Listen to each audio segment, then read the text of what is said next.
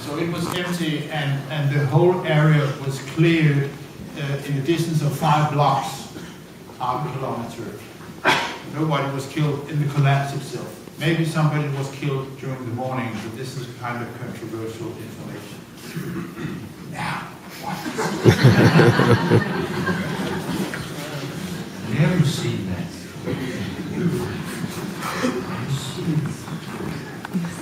They're hacking his computer.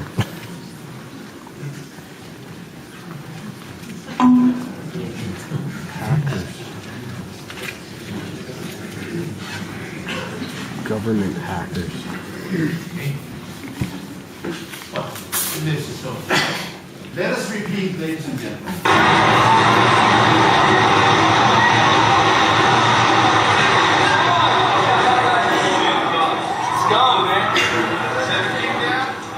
We're seeing this building going down in my opinion, very fast, dramatic way. And one question is, how fast did this happen? What was the speed of collapse? Now you get a little physics, and don't be scared. Because we will see the work of an American physics teacher called David Chandler, who actually used the third video I showed you, the one with Dan Robin, and used a computer program called Tracker, where you can fix the cursor, in this case, on the northwest corner of the building, and then tracking its position all the way down during the collapse. Now there are 25 frames in a second in a video clip, so you have an internal clock, very accurate. You can determine the time, and you can determine the position of this point. And from that, determine the velocity of the collapse, of the downward movement. And in this curve, we are plotting the velocity as a function of time. And since the building is going down, the curve is going downward. But so the rate is increasing. It's becoming more and more negative as we go in time. Two observations are to be made here. First, you have a sudden onset on the collapse. There's a nick here. The building kind of sits, and then it goes from this point into a straight line. All the points here are lying on the straight line, meaning that the velocity is constantly increasing, and it is increasing with, this is the slope, this is the constant increase. We'll need this number in 10 seconds, 9.88. Now what does it mean that the velocity is constantly increasing? I asked an old gentleman called Sir Isaac Newton, and he really knows this stuff. He wrote a book, and he published the book in 1687. Actually, it had been lying in the drawer for 20 years, and he didn't dare to publish it because Galileo had been treated rather badly by the Pope for coming with similar statements. So it was lying in his drawer until Harrit, the guy with the comet, came along and said, "You've got to publish this." And this is the most important book in natural science. In this book, you will get all the information about how bodies move in time and space. Isaac Newton.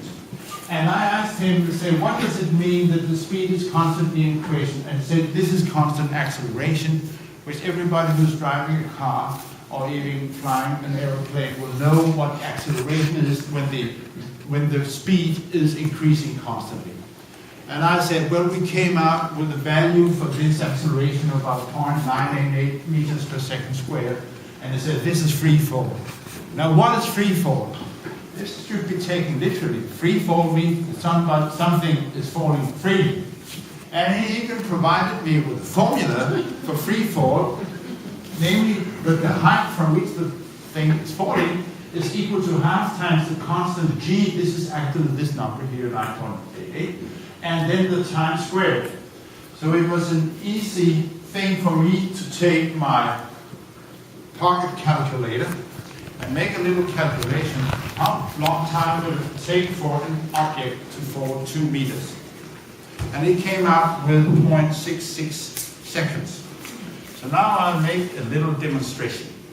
I'll take my hairbrush and I will let it drop 2 meters, about that, meaning that it's here. It is tried many times before. I'll count to 4 and I'll release it on 3. 1, 2, 3, 4. And it did indeed hit the ground before I said 4. And if you had been fast with the stopwatch, you would have come up with a value of 0.66 seconds. So the hairbrush fell. Nothing was supporting it. It just fell freely. This is free fall. And this is what we observe for the 47th floor of building 7. Once it goes downwards, it falls as if there is nothing supporting it. At this very moment, every supporting element of the building was eliminated. If some idiot had been standing on the 47th floor, holding an apple or a stone out of the window, and releasing the apple or the stone at the moment he or she began moving, the stone would follow the 47th floor on its way down. I have a little video illustrating this. This is free fall. The ball has started to drop, yet 7 World Trade is still above the starting line. At the 1 second mark, 7 World Trade and the ball are still even.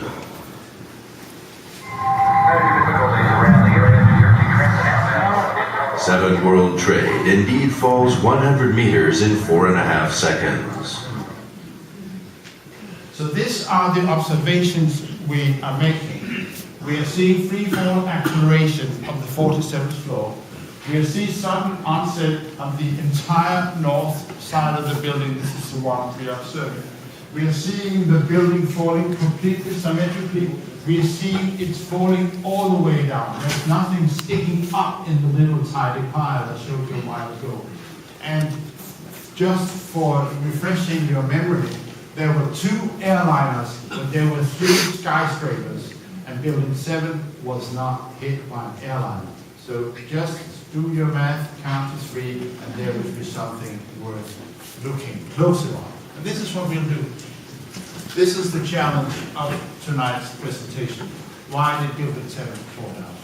We have to take a look at the structure, how building 7 was designed. Here's a typical floor plan. There was, and this is the typical design of high-rises since the middle 50s. This is how you make a steel frame high-rise. You have a core of very sturdy columns, in this case 24 in number, and they carry about 60 to 70% of the load of the building. In building 7 you also had 57 perimeter columns framing the building all the way around here, and they are connected with horizontal beams all the way around, of course. And then the floors are lined on these horizontal beams between the core columns and the perimeter columns, like bookshelves. They carry absolutely nothing, except, of course, the people standing on the floors, but they do not carry any of the load of the building as such. I do not have any pictures of building 7 during construction. So I will repeat and show you the same builders build it. The same features you saw in the beginning, namely that of the towers, which was more sturdy. For once, they were more than twice the height. And also, at that time, this design was pretty advanced. It was adventurous. And so it was very sturdy, over-designed, actually.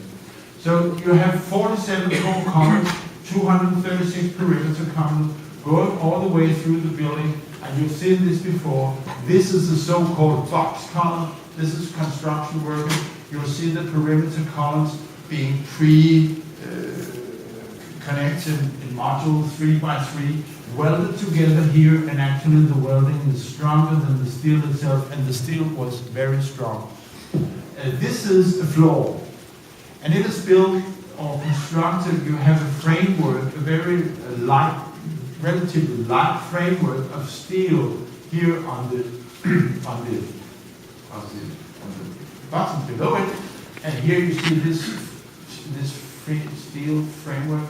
There's a tiny thin steel plate lying here, and on top of that there's a slab of concrete to a thickness between 10 and 18 centimeters, depending whatever was supposed to be on this particular floor. It was whether it was an ordinary office floor or the so-called technical floor.